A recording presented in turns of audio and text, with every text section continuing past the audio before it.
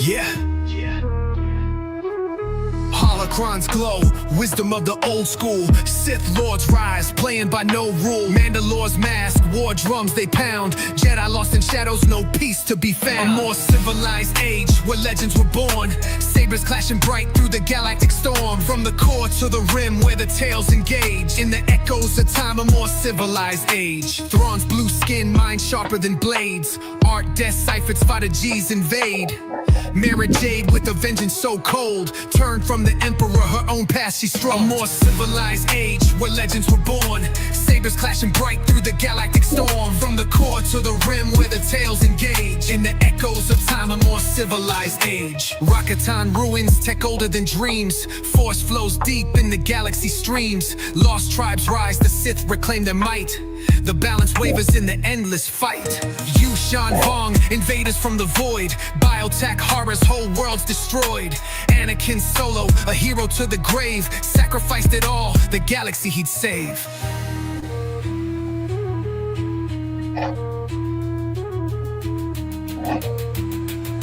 Yeah. A more civilized age, where legends were born. Sabers clashing bright through the galactic storm. From the core to the rim, where the tales engage. In the echoes of time, a more civilized age. Well, hey, look at me. I hope the audio is working. You'll have to tell me. I am on vacation. Now, usually we go on vacation the second and third week in August. However, we've moved it up, and I thought, should I do a live stream? So I decided to go ahead and do it. We're going to go ahead and do this. I know Matthew Wilson could not make it today. He is going back to college. And again, in the chat, just let me know, make sure, because my mic, I brought it with me. It doesn't work. It's dead. I have to throw it away. One last thing for me to carry back on the way back from the beach. But I am here in sunny Gulf Shores, Alabama right now. Alabama. And having a fun time. I'm in a laundry room because this is not the only quiet place. There is no quiet place. There is no. I even tried to set up outside. There are people outside up above me being very loud. So here we are. It's not going to protect from sound. Sound is coming all the way out through here. But oh, okay. Yeah, I'm in a closet here. Hold on. Here we go. Here's my other ones. Yeah, I am actually in a laundry room right now. So, and the mic I brought either broke on the way over here or just didn't work. And I want to say the last time I brought it with me, no, last year it was working because I filmed videos with it and it was working fine. But today, not working. So it maybe broke a long time ago and I just found this out, or it broke on the way over. Most likely it broke on the way over. Some bag may have fell on it. But hello, everyone. What's up, Matt? You look like you're on vacation. Well, I mean, except for the background, but you look like you're dressed like you're on vacation. The background looks like you're little thing. Well, it was either this or wear a Mets jersey, and I'm less embarrassed to wear this. Yeah, right people look at they're probably like, wow, he's in Hawaii or something right now. He's like, no, he's in Alabama. Wearing your puka beads. Yeah, he's like a 6-hour drive away. Is that what they're called? I couldn't remember what they were called, these. I think they're puka or something like that. Is that what these are big back in the, 90s, 2000s or whatnot? Oh, yeah. And not now. No, not now. No, definitely not now. That's why I have them. But I always worn them back then. I never got them.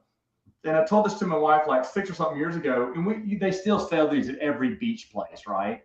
And I was like, dude, and I told her, I always want you, we'll get some. I went, no, what's the point? She went, I said, they're even out of fashion. Well, wait a minute. Now that I said that, yeah, let's go. Let's do it. Let's bring them back in fashion, which is what we're doing here. So in a box here, I'm trying to get in already. But hopefully no one's doing laundry this late at night.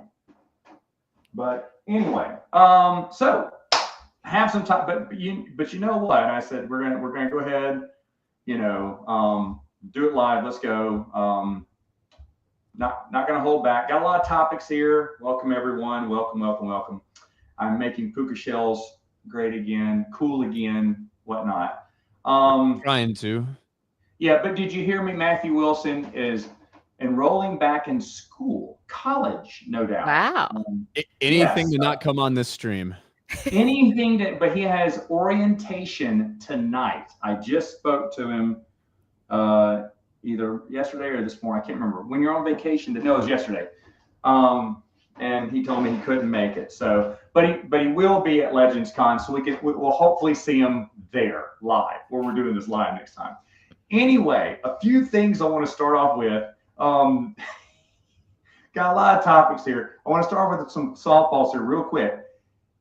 Brian Borg drops this bombshell on me after the last More Civilized Age. And I find out that the Legends Expo that's happening in California and whatnot, it changed their name to Legacy Expo just months before they're going to go live. Now, I said that dooms them even more. But folks, they are 5 weeks away from this becoming a reality. So I may be, and true to form, if I am wrong, I will do a live stream where everyone can call me out for being wrong. I really didn't think this would work. Now we're 5 weeks away. They even changed their name to make them more obscure and hard to find. And yet they haven't canceled yet. I think I know why they changed their name. There's an existing Legends Expo. It's TCG, so Trading Card Game Legends Expo. And I'm pretty sure they changed it to Legacy because there basically already was a Legends Expo. It's just for like TCG. Yeah, I saw that too, because when you look at Legends Expo, that's what pulls up first. However, you're 3 months away and you've made yourself more obscure. Whenever it says Legends Expo, if I heard about this Legends Expo a few months ago and now I'm looking for Legends Expo, will I really find Legacy? I don't think changing your name I get what you're saying. I agree with you there. That's very sound. That's probably what they did. However, I just think that's so stupid to change your name like just a few months away. Now, they did this maybe it was 4 months away. I don't recall, but Brian said, yeah, they just changed their name a month ago. Did you see that? And I was like, wait, you tell me this now? We just stopped going live. So, yeah. Brian, any thoughts?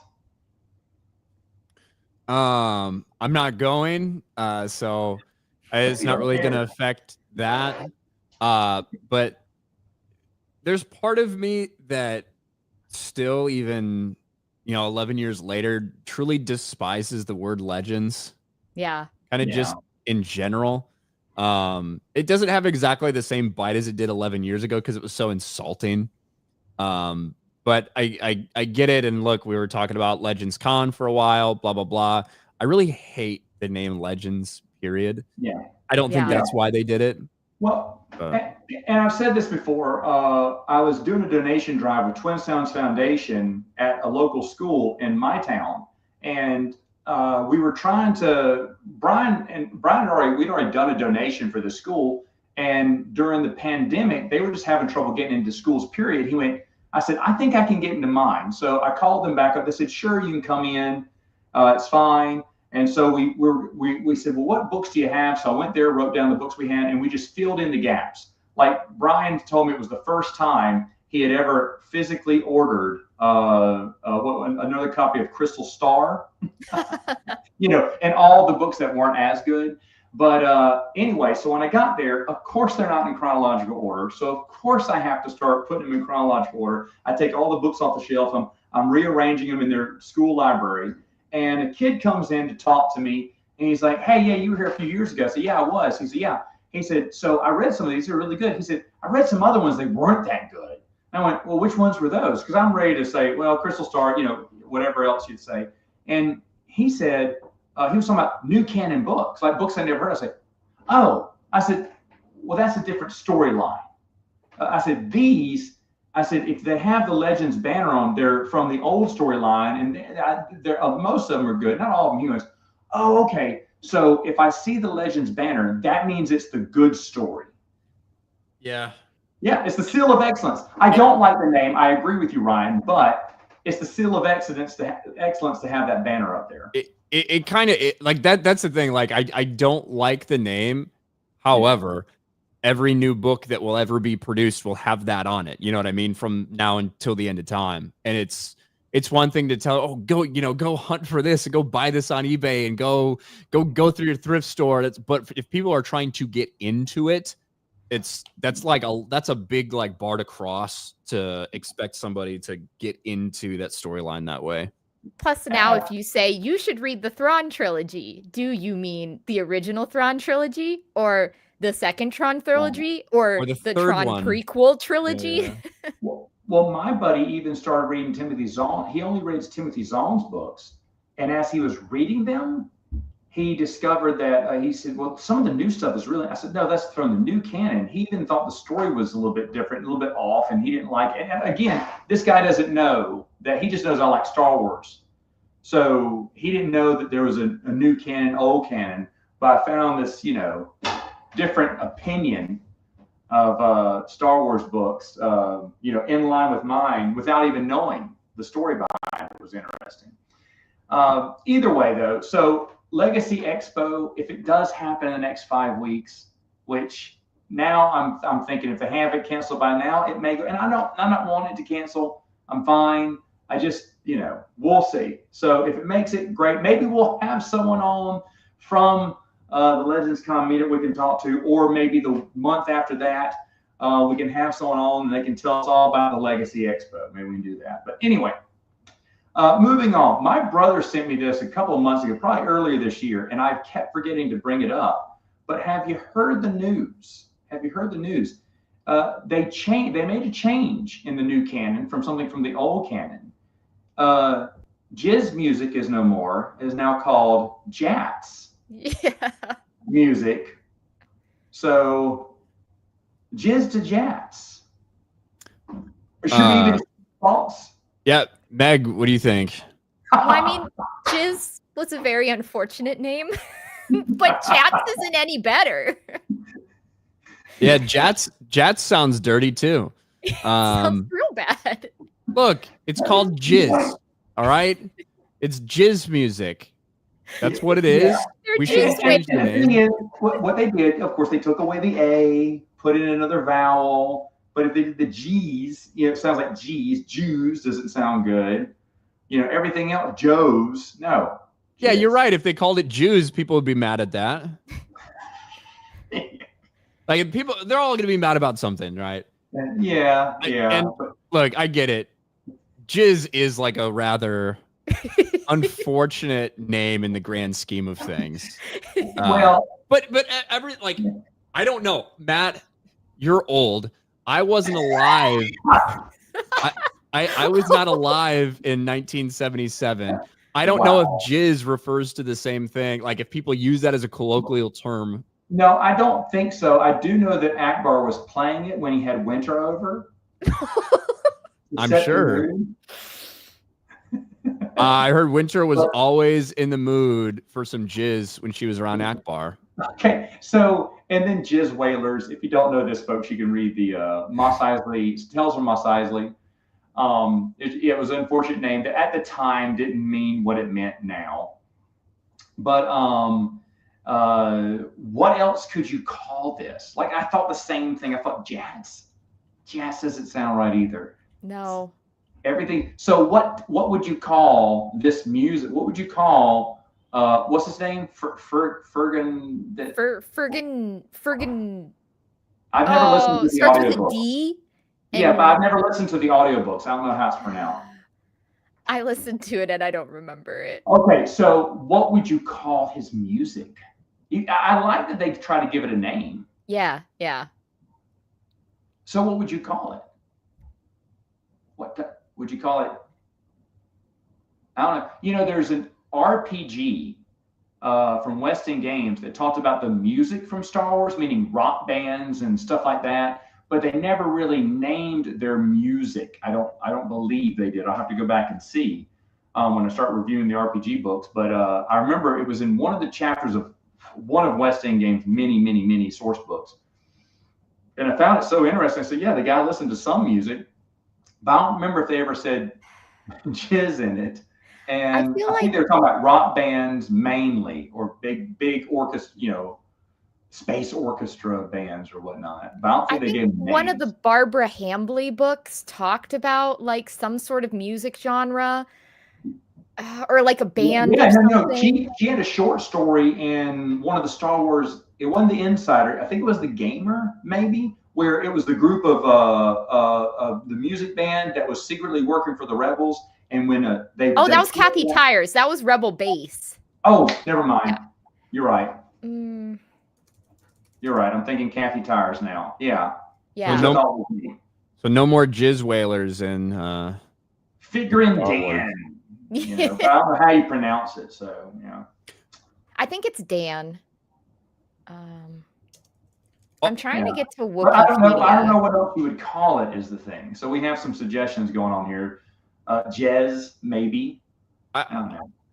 Ultimately, like of all the things that have been changed or whatever, I to be serious, I do kind of, you know, I do kind of get it to an extent where it's like, yeah, changing the name of Boba Fett Starship from Slave One to Boba Fett Starship is ridiculous and stupid and insane. Yeah, that's ridiculous.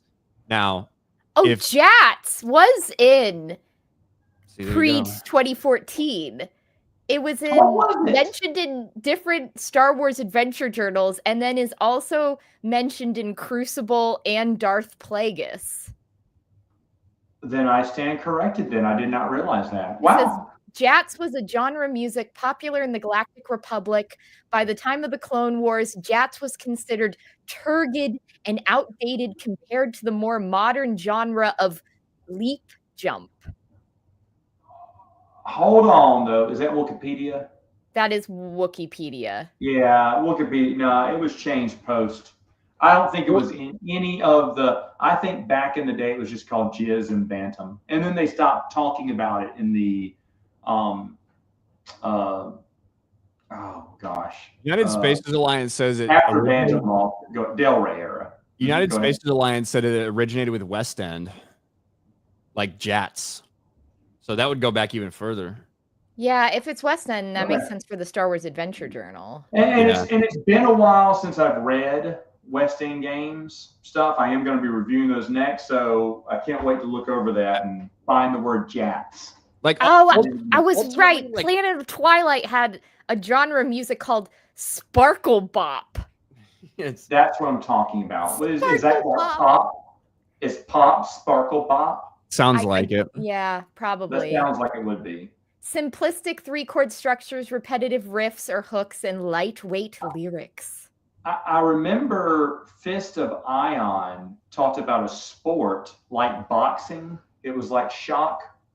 Oh yeah, shock ball or something. Lando were like talking about it. There's shock ball, which I wish they do more with like sports and music. You know, that stuff kind of happened. People that are randomly gambling on sporting events at casinos and stuff when you walk through. Yeah. Or this guy's a big, Coruscant Crawlers fan, and they're a big death ball team or whatever, Or you have pictures of swoop racers, and there goes Ryan, just like that. He's gone off to get his T-shirt. The Tatooine Mashers. Yeah, we should invent different sports names for all those teams.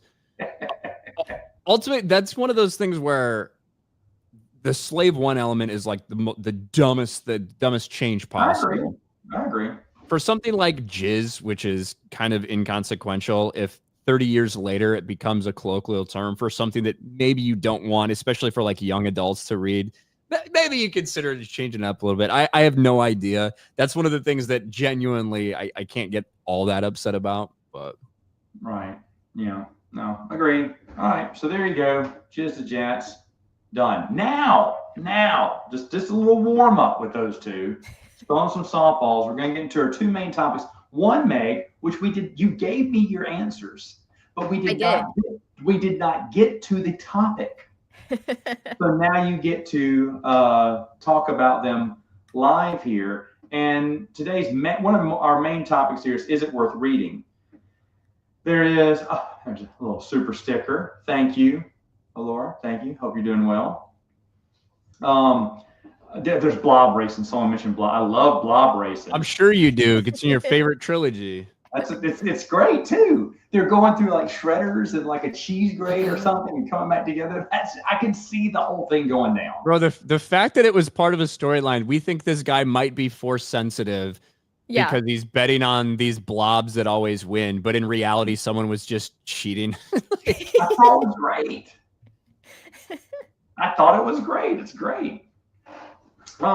We're talking about things and asking if they're worth reading. Some of the things would be, and a lot of these we'll talk about, is sometimes the young adult versions of books, like Shaz the Empire, the young adult version, or something, or the Life and Times of Obi-Wan, or Life and Times of Darth Maul, which basically combined a bunch of short stories and padded in a few pages to kind of, push the story, connect the stories together.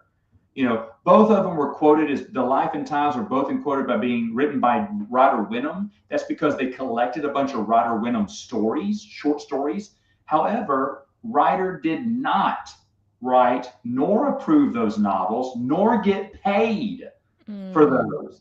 It was one of those deals that Alan Dean Foster got money from because he said, hey, the publisher isn't paying me for this.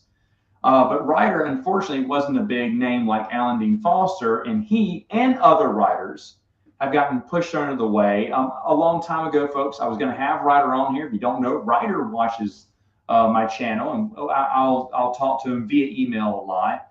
And the one time I was going to have him on, he said, great, but I won't talk Star Wars. I don't want to promote something that I'm not getting paid for. I said, that's fair. But I knew everyone was going to kill me for having Ryder Wenham on and not asking one Star Wars question. We're going to talk about Transformers and other things that he was working on at the time.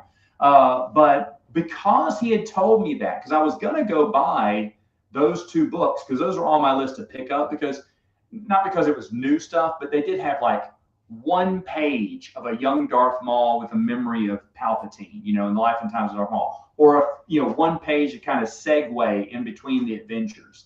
So there was some new stuff, and that was just ghostwritten. Ryder said he never wrote any of that, but because he didn't get paid, in honor to him, I never picked it up anyway. But you're not missing much from there. However, am I wrong? Things like, and then I also want to talk about the journals, the little Princess Leia, Luke Skywalker, Han Solo, little children's or young adult reader journals about here's my thoughts during the trilogy, the original trilogy.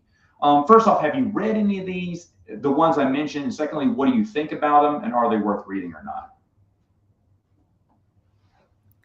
Well, go ahead. I haven't read a lot of the kids' books. That was more what my sister read. Like, I started with the adult stuff and then read some of the kids' stuff because she had them. So she had the Luke, Leia, Han journals, and then they had a similar thing for episode 1. There were episode 1 journals of Padme and Anakin, I think Obi-Wan and Darth Maul. Yes, they all had journals as well. Good point. Yeah.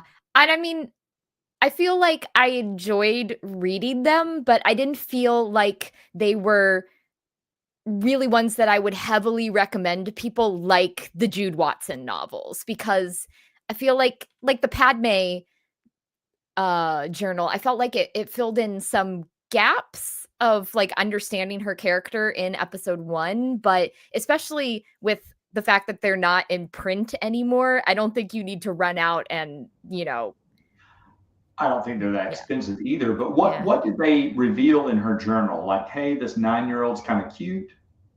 Well, I remember they talked about her political past. It wasn't like she ran for queen and that was it. She had done other stuff previously, which I thought was sort of interesting, and some little tidbits about her family and such, and how they felt about her, running for queen. The Nayberries. Yeah. Did you read any of these? Can we just talk of age at this time? I don't think. Can we just get this out here? I do not think that the normal population of Naboo, the human population, I don't think they're any smarter than the Gungans. They elected a 14-year-old as queen. And I know we get some manipulation on how all this went down exactly behind the scenes, Plagueis Palpatine. How dumb are the people of Naboo? Why would you do that? Now, see, that's interesting because you could be saying that, but is Palpatine working his Sith magic to pull the wool over their eyes and say, hey, we should start electing young queens and stuff like this? And after King Varuna, he was real corrupt. And where there's corruption, Yeah, it could and happen. there's something with the Naboo thinking like the innocence of children will rule the no, like that's gonna give these children so much trauma. And that's way too much responsibility for children. True. I mean, and look what happened. They immediately get thrown in this galactic conflict. This dumb young queen immediately starts a big trade war because she starts standing on her principles. She takes a part in getting the most evil dude in the world elected to chancellor the entire republic. This is all Padme's fault when you think about it, and really, it's all the people in Naboo's fault for electing a 13-year-old.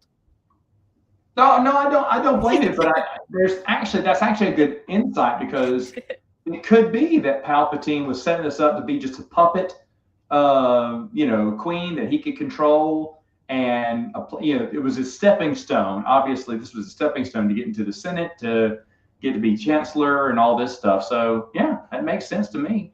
But did you ever read, Ryan, any of these journals? Because, like I said, you started off on Jude Watson's young adult books. Yes, they're excellent. Oh, I mean, she's the pinnacle of the children's fiction is Jude Watson's books. Absolutely. But Ryan was of that age to read stuff like that. So that's why I was asking. I was 11 years old when I picked that up, so I was perfect for it. Those books are awesome. Those are books that I wouldn't recommend anybody that's starting into the EU start there. But still, Jude Watson today is good. It's really. I've reread it. A buddy of mine was rereading it last year and was telling me, like, I can't believe how good this is. I was like, yeah. It's really good for young adult stuff. So I would absolutely still put those on the read. I wouldn't put, like, if someone's looking to get into the EU, I wouldn't say start there like how I started when I was 11 if you're like 30.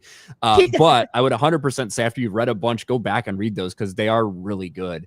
In terms of the companion journals and stuff, not really. Like the young, and even for like some of the movie novelizations, they have young adult movie novelizations and stuff like that. I've never really got too much into that. So I can't really judge it too much. For most of those things, especially like the journals, I never was really interested enough to read about it. I picked up the journals to look through them, and they were written in first person, something I do not like. So I put them back down and just walked away. So I never even gave them a shot. Life and Times, I flipped through and then quickly realized, oh, wait, this is just a collection of stories I already have, which is good for someone who doesn't have all those stories and wants them put together. But it just wasn't for me. Yeah. Like they even have I think they have like other little children's stories, short, some hard to find stuff, some of the Scholastic exclusive stuff I think was in there. I don't know. I can't remember what all was in each one, but I remember there was some stuff that was just in some hard to find, fiction that was all in one in the Life and Times of Darth Maul and Obi-Wan. But for me, I just didn't even bother getting them. I will say a fun one. My sister had these. They made choose your own adventure versions of A New Hope, Empire Strikes Back, Return of the Jedi. And so if you've ever wanted to be like, how badly can I make Jabba's palace go? That book is for you. Did you end up dying? Did you get thrown into the Rancor pit? Yeah. And then you'd be like, okay, start over. There's some stuff like this, like the stuff that's on the edge, like these journals and stuff like that. Like I got a Clone Wars 3D. You put it in 3D glasses, and it was so cheap. It was so awful. It's such a terrible story. I was like, this is nothing. Such a generic story. Oh, you're wearing 3D. But the pop-up books were always fun. There was a Battle of the Bounty Hunters pop-up book when Shadow's Empire came out that talked about it, that showcased IG-88 intercepting and trying to steal Han Solo from Boba Fett. And that had page after page of action in there, which I thought was really fun. I remember when that pop-up book came to us, it was like a pop-up comic book in a way, because I worked at a comic book store at the time. And I was like, what is this? And I started looking, I was like, dude, I want to buy this. And so I bought one of our copies and still have it today. I think it's really awesome. So there's some stuff like that, but stuff like the journals, stuff like the young adult Shadow's Empire, I put that one in there because for young adults, they probably should read that version. Yeah. Not read the adult version, you know, for reasons we've mentioned before. But, okay, so I want to move on with this topic, and should I read this? because the other big topic that we have spoken about before, we have showcased before, but we talked about Book of the Sith, Book of the Jedi Path. Ryan has a beautiful copy of the Sith. It's in a Sith holocron that opens up. It is down. Go It ahead. is downstairs. Yeah, my Book of Sith. The holocron thing is so cool. I should have put the batteries in it to get ready for the stream, but I forgot. That's all right. But that's really cool. And then you have the Bounty Hunter Code. You just showed that. And the other one is the Imperial Handbook. Yes. And I've read them all. I own the first two. Yeah. So the first two were given to me by someone and to read, and I read them and I was thankful for them, and I thought they were nice. I like the perforated edges to make it look like it's old and stuff. The only thing, and it was my good friend Arthur Lowry, by the way, who sent them to me. But anyway, as I was reading them, I hate the notes on the side of the pages. And we've talked about this, Ryan and I've talked about this before, but Meg, have you read these? I haven't. I know they're supposed to be like in-universe books. Mm-hmm. And then are they supposedly annotated by characters? Is that the like conceit? Yes. Go ahead. And that's the problem is, one, man, it's a really small book to fit in everything for Path of the Jedi in an in-universe book. But then it is annotated, so it's been passed down. Like a couple of people have got their hands on this and everything. So, well, at the opening of it, isn't it like a library card of who's checked it out? Kind of, yes. Checked it out. Yoda checked it out. Obi-Wan, Qui-Gon. Yes, so like Yoda was like, no way am I looking at that. Yoda, famed Cerulean, Dooku, Qui-Gon Jinn, Obi-Wan Kenobi, Anakin Skywalker, who has a really cool signature, Ahsoka, Darth Sidious gets his hands on it after the Purge, and then Luke Skywalker. I'm glad that Darth Sidious signed his name to it, because, you know, when you check it out like that, you need to sign your name on it. But either way, no, I'll be honest, I get it. And on the side, they're writing little notes, like Ahsoka circling it. So, Sky Guy, is this what I mean? And then Anakin responds. He said, "Snips, you need to listen to Master Yoda."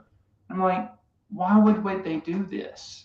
And it took me out of like the content in those books, the Book of the Sith and the Jedi Code or the Path of the Jedi. They're great.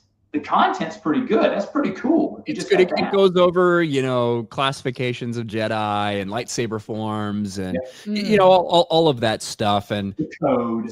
Yeah, like some of the annotations are certainly much worse than others, but there is cool stuff like, oh, there's pages, like Luke notes, hey, there's pages missing from this. I think that Palpatine took these out. Like that was cool. Yeah, in the Book of the Sith, there's some pages missing out of it, and it doesn't show like tears in your book. Yes, I don't know if I have this book up with me, but yeah, like they actually cut pages out of the book and cut them at an angle, or they were pre-cut at an angle to make you feel like someone ripped it out, and I liked that. And it's like this one page is like advanced cultures and politics in the Republic. And it talks about, you know, a couple of different species and stuff. But then they also get to different traditions that are passed down. And like, I've got a Jedi credit here, a Jed cred, where they talk about how Corellian Jedi used to do stuff like that. You know, and it does come with like what this is like some patch for some Jedi starfighter unit. Right, hold on, let me blow up your, when it shows that patch again. Looks cool. Oh, look at that. Oh. So what does it say in Airbrush there? I'd have to brush up on it. Okay. But yeah, and just some couple things here or there. Here's the Jedi light. Here's like the page where it's talking about different forms of lightsaber content. You can see the scratches that are in there. Yeah. Yeah. Obi-Wan's got some markings here. Anakin's got some markings here. Usually Anakin's just like super, like, I could do that. Why do they say don't do that? Stuff like that. What is this? This is a napkin Hold on. Oh yes, you get a napkin with it. So this is a napkin, but it has instructions on how to build like a lightsaber. It's on this napkin, and like on the other side of it is like a calf stain. That's good. It's pretty cool. Like now that right there, I don't mind. All the little touches to make it feel like a real book. Like I said, the pages even feel nice. Like there's some old manuscript, even though it's a brand new hardback. Yeah. I don't mind all that. It's the annotation, and even if it was annotations of, hey, like when the Book of the Sith has pages missing, it says, hey, just a note, the next 20 pages were ripped out. We don't know what happened. Something like that would have been fine. But all the little, I can't remember, but Sidious underlined something like, this will be important for later. Come on, man. Like, he's really going to make comments like that in the book? there's some of it that's cringe. Well, I guess to be fair, Sidious like probably doesn't think anybody else is going to read it. Well, did they think? But all right, Sidious so is cringe. Yeah. A little bit. But did they? Who was this book? Who are these books intended for? That's my question. Because I think the regular fan would like to have a copy of the Book of the Sith and the Path of the Jedi and the Bounty Hunter Code and the Imperial Code, man, whatever it's called, the Imperial Handbook. I think people would love to have that. But then they say, oh wait, this may be for kids, so let's put some funny annotations in there because kids like Ahsoka, right? Who's it made for? Like, I don't know. To me, like the presence of Ahsoka in any story pisses me off, even if it's a in-universe handbook. I just hate that stupid piece of crap. But like ultimately the handwriting, it doesn't bother me at all. Like you still read the entire, you don't have to read the chicken scratch on the side. But I don't know. Now, the Bounty Hunter Code and the Imperial Handbook, I never bought, but I did read at a half-price books one time. No. And to be fair, they're not as good. They're not as good. For the Legends Con meetup, when we do go to some of these half-price books places, if I find a decent Bounty Hunter Code or Imperial Handbook, I might as well pick it up to finish my collection of these. But reading the Bounty Hunter Code, I was super excited about that one. And I felt like it was, and Ryan already said it here, I felt like it was underwhelming, like not as interesting to me. And I thought that was weird. If you don't know, Westing Games did something, a Galaxy guide on bounty hunting. And then they did another one called No Disintegrations. And both of those have a ton of stuff of what it's like to be a bounty hunter, how to, get what kind of gear you should be getting. Of course, the code, what type of guilds there are, not just the bounty hunter. You could be a corporate bounty hunter. You could work for just the Empire. You could just be an Imperial bounty hunter. You could be a bounty hunter working for the rebellion. It opened up this world for bounty hunting that I'd never heard of. Westing Games could do this with any, role in the universe, but for bounty hunting, it really went into depth. In that Galaxy guide about bounty hunters, the other one, it's a standalone called No Disintegrations, put those together, and that was just blow your mind incredible. Now, of course, not everyone can get those. Not everyone know what to do with those. Plus, it has a lot of role-playing information there, so I get it. But you had the information to cultivate and put together something really, because I was excited for the Bounty Hunter Code. That was one I thought, if I like this one, I'll buy it. I'll go back and buy the other two. Because Bounty Hunter Code came out third. And then fourth was Imperial Handbook. So Bounty Hunter Code to me was just so cut and dry and was like really, really vague. Like, here's how you get a bounty. Here's the code, what you should do. Here's what you need to, it's like an infomercial that just was, they didn't have a clue. They're just selling you nothing. I don't know. Ryan, do you remember? Again, it's been a few years. It's been a long time since I've read the Bounty Hunter Code. What did you think, Ryan? I didn't like it as much, mostly because I don't think that there's as much to go over. Right. Like I don't think that there's code to be. Right. I just don't think there's as much to go over and dive into when it comes to that. They end up getting into like different crime syndicates and like stuff like that. A lot of just like more underworld operations things from what I remember. But the truth is, it's not like the Jedi and the Sith, which we have so much legacy and history for. We know that bounty hunters exist. We know different bounty hunters exist that are cool. And we know at different times they've had more or less structured like elements or parts to them or organizations. But overall, it's just not quite as interesting and as in depth, I suppose. Yeah, and I also recall where Path of the Jedi and Book of the Sith had these perforated edges to make it look like an older book. The Bounty Hunter Code is just very standard paper. Is that correct? No, you're wrong. No. Wrong. Okay, hold on. It's got the same type of paper it's got like that Jekyll edge. Good. Then my mistake. It's been a long time. So that's nice. That's nice. It has that. How dare you? Does it have little annotations by Dengar and Bosk and Boba Fett? Greedo. Yeah. Oh. Greedo. He should have read Greedo that was so bad. Shoot first, ask questions later. Yeah, it's like phase 1 preparation. It's like, oh, be prepared for everything, blah, blah, blah. And he like underlines and says, my blaster is all the preparation I need. Well, that worked well for him. Wow, Greedo was such a douche. I'm telling you what. Blaster, what do you got? So Greedo's in it. Who else? I'm sure Boba Fett talks in it. Yeah, Boba Fett's like, and that's the thing. It's all like characters we know are all alive at the like same time. You know what I mean? We've all like seen. So everyone's rented out the Bounty Hunter Code book and read it. That's good. It's good that they're all on the same page. They should have had their own copies. I would have liked it better if they would have said, this copy is issued to you, Bounty Hunter, in hopes that you will follow this code, blah, blah, blah, blah. Remember, there are penalties for not obeying the code. Yeah, just have that little message and then talk about Bounty Hunter. So just because it's a book that you can pick up if you're a bounty hunter, if you're a bounty, maybe you're issued it by the guild. Maybe they're trying to get you to join the guild. And you could put it in story mode and still make it make sense by saying, you're a bounty hunter. Here's your code book. We hope you join the guild. Here's the fees. Break some things down. That's what they do in West End Games. They break down what your yearly fees is, what it covers, if you're in the guild, what codes it, because you can't go after someone else, you can't steal someone else's bounty, or sometimes they assign you the bounties you're going to be working on. I don't know. I just wish it would have been better. But to be honest, Ryan, you probably have a bit more thoughts. You're more familiar with Bounty Hunter Code and Imperial Handbook than I am.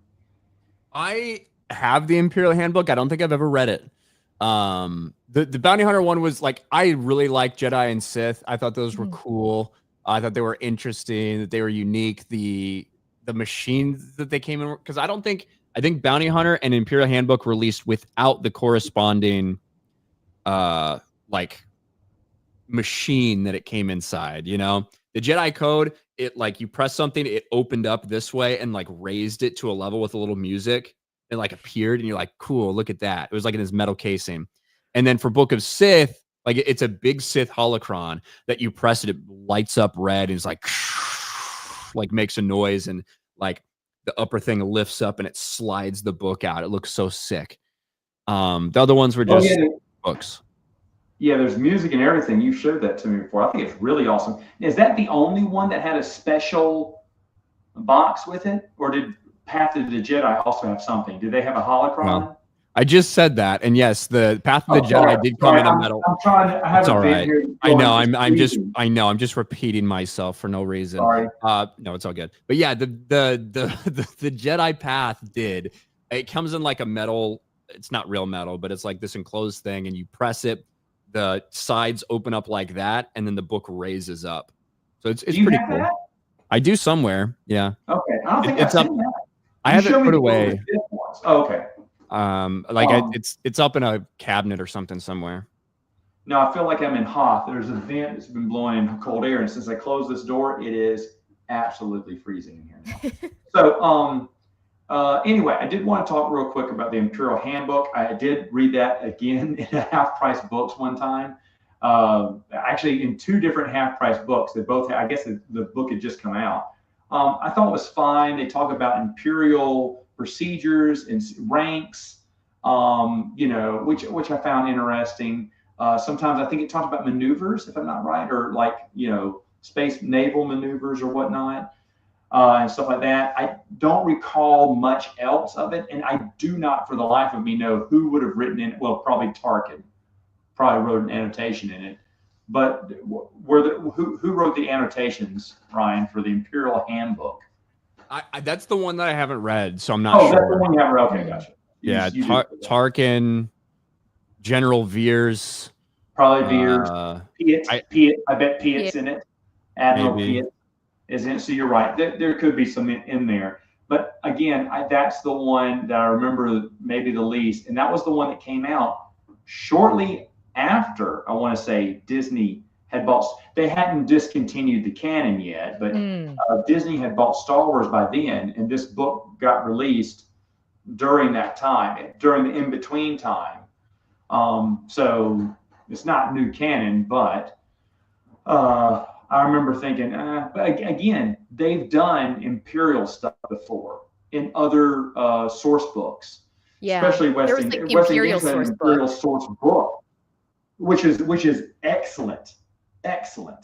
And Ryan never read it. I'm the only one that read it, and I don't remember it that well, so it wasn't that memorable. It was okay. It was fine from what I recall.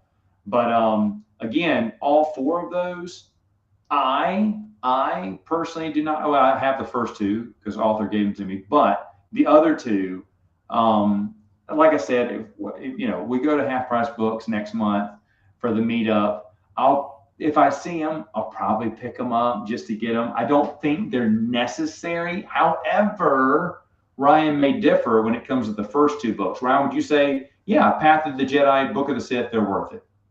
Yeah, I think so. I think those two are. I wouldn't say, well, one I haven't read, so obviously I didn't think it, even though I bought it. I still haven't read it, so obviously the Imperial Handbook. What's it gonna say? Don't advance women, only whites. Like I don't know what the Imperial Handbook is gonna say. But, no aliens allowed. Yeah. Yeah. Go ahead. No, I was gonna ask Meg, is this something you'd ever be interested in reading? I mean, I might check out the Jedi and the Sith ones. I do have a number of the essential guides, which I enjoy flipping through. I guess part of the reason I never read the Jedi Sith journals was the whole in-universe basically justification for them. I was like, well, that's interesting, but I probably flipped through one and saw the annotations, and my librarian brain freaked out. Yeah, there's probably I think that there's a lot of repeated information between the essential guide to Jedi and Sith and then this one or these two books, because that is a good book. I like that. The cover's awesome. I like that too. one. Yeah. And that one, it's also sort of in universe because it's sort of presented as though Tion assembled a lot of the. It's like a history book, basically. Yeah. Those are good, and we'll talk about the guides on another stream because that's gonna be a lot of fun. Soul here says that the Jedi and Sith 2-pack came with a third book with custom art pieces, and yes, that's what I got. The one with the little custom. It's like a little booklet of just artwork. So yes, that is correct. So that is the exact copy I have, the 2-in-1. Okay, so anyway, there you go. If folks, if you think differently of any of those books we talked about, those are just fringe books, and are they worth reading? Next thing I wanted to talk about, we're going to get through all the topics, I hope, tonight. Let's see, fan fiction. Right now, Supernatural Encounters, that group is coming out with Supernatural Encounter fan fiction. Fan fiction approved by the author, Joe Bongiorno, just to add on to his Supernatural Encounters thing. Of course, there's a big thing. It's got 3 printings by now, 3 updated versions. And I noticed a lot of, hey, check out and there's a lot of people. I know Brennan, who I've had on here before. Well, we've invited on here before. But Brennan, Alex, a few other people that I know and keep in touch with, they have written their own fan fiction. It's some big movement, and it's it's the prequel story, Tales of the Pod Racers, Tales of the whatever Outrider Club or whatever in episode 2, and Tales of the Opera from 3. And so Tales of Anakin's other pod racing events where he crashed. Yeah, exactly. Yeah. There you go. Burning crash. But the thing is, I get what they're doing, and they're all having fun with it. They're all having fun with it, and they're all celebrating it. But it seems to be a very small group doing it. I'm not really that interested to read everyone's fan fiction. I'm fine people making fan fiction. I think that's great. I have read some good fan fiction. Michael Stackpole's editor actually wrote a X-Wing short story once that I thought was Michael Stackpole. And then somehow someone said, no, it's the editor, and gave me the editor's email address. And I confronted them. I said, is this your story? And they went, how'd you find that? I said, it was on, they put it on fanfiction.net or theforce.com a long time ago. Theforce.net, yeah. Yeah, and I found it down and I said, wow, this is a really good story. It's not something to do with the main characters and whatnot. And one of them was when Tales from Jabba's Palace came out, someone wrote a story of the Amanaman, you know, that big kind of bulky alien. I can't describe him, but Amanaman, he's got a big staff. He's sitting next to the slab of carbonite in Jabba's palace. Big alien. They gave him a story, and I'll be honest, it was really good. And a lot of these authors I was able to reach out to. One guy wrote a story about stormtroopers, retreating into the jungle on this planet where the rebels had taken their base, and then slowly forming up to take it back because they're stormtroopers. They're awesome. And it was the first time I'd ever read about a stormtrooper unit that was really awesome and really cool and really professional, not just missing everywhere and acting like bumbling idiots. And so there is some really good fan fiction out there. I've tried to write one in the past years ago before I even was here on YouTube, but of course I'm not that good at it. But my question is, do you read fan fiction, you two? And also, have you written any fan fiction? Meg looks like she's been on a couple fan fiction websites. I don't write it, but I do read it. Okay. This was the lengthy part of my email to Matt last month when I had no power. Yes, it was. You had a lot to say on this. Yeah, so I said, I haven't really written Star Wars fan fiction, but I have read a fair amount of it. I think my favorites are alternate universes, rather like the Infinities comics or some of Star Wars tales. So I like when they take something and then just do their own thing. Because then I feel like what if stories, like what if this thing changed, how would it affect all these things type of stuff. Yeah, exactly. Like one that I've really enjoyed recently, the author's name is Admiral Byzantium. He has 3 stories so far on Archive of Our Own. The first one's called Interregnum, and they take place after The Last Command, and they assume that Dark Empire never happened. So he brings in a lot of plot elements from the Jedi Academy trilogy and the X-Wing books and the Callista trilogy, but you just basically have to go into it that like no reborn emperor, that never happens. So, that's like, how half these stories were written anyway. Like, yeah. They just didn't talk about that a lot of people wrote stories that later on got, retconned from actual fiction that came out. I used to read it all. I don't read it as much now. Every once in a while, I'll read one. Like I've read some of Brennan's and Alex's and stuff. But to me, it's like, I don't need to read all this fan fiction. And I don't generally read it now today. Mm-hmm. I don't mind that people do it. I think that's a really fun hobby. I know a lot of people, it was a year or 2 ago, I was supposed to read Hand of Thrawn. Everyone really loved Hand of Thrawn. Yeah, people recommended his stories to me. Yeah. I've never read any. I know Hand of Thrawn did Sword of the Jedi. Yeah. And so when I asked me what should I read, they said, just Sword of the Jedi. I was like, okay. So I read it. And I was trying to go, and I was more positive than the other 2 reviewers. They were being more critical on the structure, sentence structure, the writing. They're more about being the grammar police on it. But for me, I was like, it just missed on a lot of time. I didn't feel that he wrote a lot of characters that correctly. And that's the problem with fan fiction. Your friends, they may like it, but anyone outside of that, they're going to be more truthful and they may not like it, or it may not be for everyone. And to be honest, an author isn't for everyone either. We definitely know that. Where Kevin Jameson is the best author in the world and Brian doesn't think so. But what are you talking about? I absolutely love iJedi. Didn't he help with that one? Anyway, No, I was just saying that for me, just when I read Hand of Throne and I read the Sword of the Jedi, I was not impressed. And I was like, oh, try this other one, try this other one, and you will love. I'm not going to try anymore. I'm not going to try anymore. I'm not going to read it. And but here's the deal: people who love the Hand of Throne stuff and hold it on, and some people put that in their canon. I get that because there's some of these fan fictions I found way back in the day. Yeah, I have a little collection of them in one of my I collected them in a little book for myself too, because I love them so much. But for me, I'm just not going to read any more of that guy, but I'm fine with him making more, and I'm fine with fans enjoying it. I'm fine with fans making their own. It's just not, I don't get as excited over fan fiction, I guess, anymore. I'm not a big fan fiction guy. There are a handful of stories I've come across that are like cool conceptual stuff. One of the major problems with the fan fiction community, I think, is that an overwhelming amount of them end up being about some random sexual fantasy that people have. That ends up being what a lot of fan fiction stuff gets based on and written about. So you never know what the heck's going to pop up when you're doing that. Oh, yeah. There was this one when I was reading it. It was basically like during the Clone Wars, somehow Anakin gets sent back to Phantom Menace era.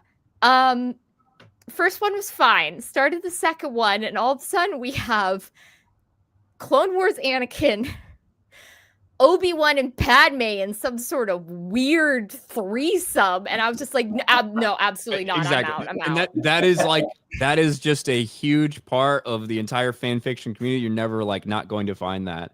I've never been too much into that. I do like a lot of the what if type of stories. Now, oddly enough, I have never gotten really too into them when it comes to Star Wars, which is strange. I really like Harry Potter what if stories. I really like Song of Ice and Fire what if stories. Like, what if Robb Stark survived the Red Wedding? What if Robert Baratheon found out about his children being bastards before? I love those stories and people that create stuff like that on YouTube, and I watch those incessantly. I've never really been a big fan of Star Wars ones. I don't know why that is. Maybe just because there's so much Star Wars stuff. Where like it's tough to like let my imagination run that way when it comes to Star Wars specifically, but I've never really been into it. But those the Harry Potter fan fiction community, bro, every story is like either Snape or Draco raping Hermione. Basically, it's what it turns out to be. Yeah. Not the what if ones, but the general fan fiction ones. I read a Qui-Gon young Obi-Wan story that had that same moment, and I had to clutch my puka shell. Oh my goodness, this is just egad. Every once in a while you will come across some like pretty cool unique story that somebody did, but it is surrounded by mounds of either degeneracy or just crap. You know what I mean? So I also feel like you could tell sometimes there are some stories where you could tell that they sat down, they plotted it out, and then they wrote it. And then some where they just had an idea and they started. And then as it progresses and you get further, you could tell they don't really know where they're going. And then you'll get a whole chapter where like so-and-so goes out grocery shopping and you're like, can we get back to the plot? I was just like a random episode of Clone Wars where the droids are bringing a cake somewhere. Yeah. Well, I like that this Qui-Gon Obi-Wan story started off normal, and like Meg says, all of a sudden he's like, "Let me show you what the Force really feels like." And I'm like, wait, what's going on? So, brown chicken, brown cow. I was like, oh my goodness. So it kind of hits you, and you don't know. And I remember there used to be. I want to say it's fan good thing Qui-Gon didn't get his hands on Anakin for very long, huh? Whoa. Not to this author. That's correct. This author definitely would have went there. But yeah, Qui-Gon really didn't want Obi-Wan. That's why he didn't want him to take the trials. He really liked the fact that he could just hang on to that Padawan braid. You know what I mean? He just wrapped it around his hand a couple times. See, I could write fan fiction. When I was like 13, 14, 15 or something like that, I attempted to write my own like Rogue Squadron novel. And Yeah. I got about 3 pages in, and it was so frustrating because I was just talking about like some dogfight, and Corin was like just snap rolling this way and applying etheric rudder to do this to swing around, and I'm like, bro, how's Stackpole write all this stuff? I'm done. I quit. I never got into any of the actual story part. I was just writing through a dogfight to open the book. That's awesome. Look at that. Some RK fan fiction. That'd be awesome. All right, so there you go. Our thoughts on fan fiction. Someone talked about fan films here. I'll save that for another day. Now, last bit of business here, folks. Legends Con meetup. One final time. We'll be doing this live in September, so don't expect More Civilized Age the first of the month. It'll be somewhere between the 19th and the 21st. I know Matthew Wilson, RK Outpost, myself. I'm not sure about Meg, but we'll see. Yeah, I might have auditions that weekend. Yeah, I know sure. you're pretty busy, and I'm glad that you give us your time here on the show. But we will all be there. We're all going to be having a great time. We are going to do a Twin Sons donation drive. The donation drive they planned for Legends Con originally in March. It is back on. Brian and I have been talking to the hospital. Well, Brian's been talking to the hospital lady and putting me in the chat there with on the email chain. So everything seems to be going fine between them. The 501st or the local chapter there is excited to be giving those kids the books. We'll be going on that donation drive. It's going to be a lot of fun. That'll be on a Saturday. On a Friday, Geeks Attic is going to show us the town. He and Adam from Red 5 Reviews do a lot of half-price books. They meet up in Dallas and zip around the whole town, so they know where the half-price books are. So why not go some half-price book shopping? I'm going to look for the Bounty Hunter Code, the Imperial Handbook, and a hardback of No Prisoners, which I just spoke to Adam prior to us going live, and he says he thinks he knows which one he saw it at, but we'll see.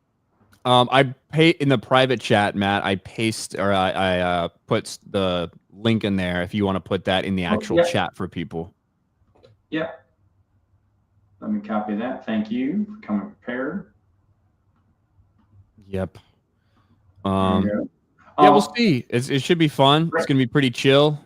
Yeah, it's gonna be a lot of fun. Gonna be a lot of chill. Raging Rhino will be there. I'm just putting him on the spot since I see him in the chat there. Wow, it's a long way from Australia.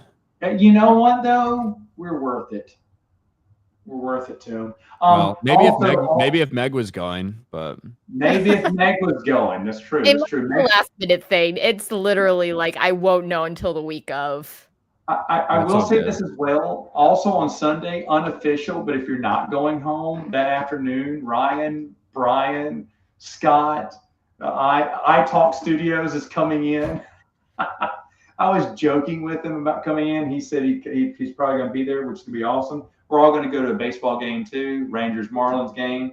Right. Have a lot of fun at that too. I never get an opportunity to see the Marlins play, so it'll be great to go to Texas to see it. I don't think I've ever seen them play. So, and I've been to Ranger Stadium several times, and of course this is one of those interleague games. So, but it'll be fun. It'll be fun. A live game is always fun, no matter who's playing. It doesn't matter who's playing. If it was the Rockies and the White Sox, I'd still have fun. I was trying to figure out. I was planning on just guilt tripping Meg. She was going to pick me up while she drove there, so now I got to find a way to get there myself. Oh, Meg, you're going to leave Ryan high and dry. That's unfortunately, you don't want to ride in my car. Probably true. Yeah, Meg, it's like a road trip. It's like, how much fun would that be? But Meg is very busy, as you guys know. She is star of stage and screen. So, I'm just happy she took the time to be with us today. But anyway, all right. So that's it for hello. Remove that wrong button. That's it for this. Thanks for joining. I'll be back with the working. Actually, we'll be back doing this live with a bunch of you, whoever's showing up to the Legends Con meetup. Definitely want to make this something we'll maybe rotate you in and out, coming on, asking your questions, or being off camera if you don't want to be on the camera. Asking questions, just having a good time. That's what the next More Civilized Age will be, folks. And we'll see you then. Until then, have a good night. Have a good weekend. I'm gonna go back and party and have fun and all that stuff you do at the beach, I guess. And come out Surfing. of the laundry room. Yeah, I'm gonna come out of the laundry. The closet is next to me, and it was too small. There you go. All right.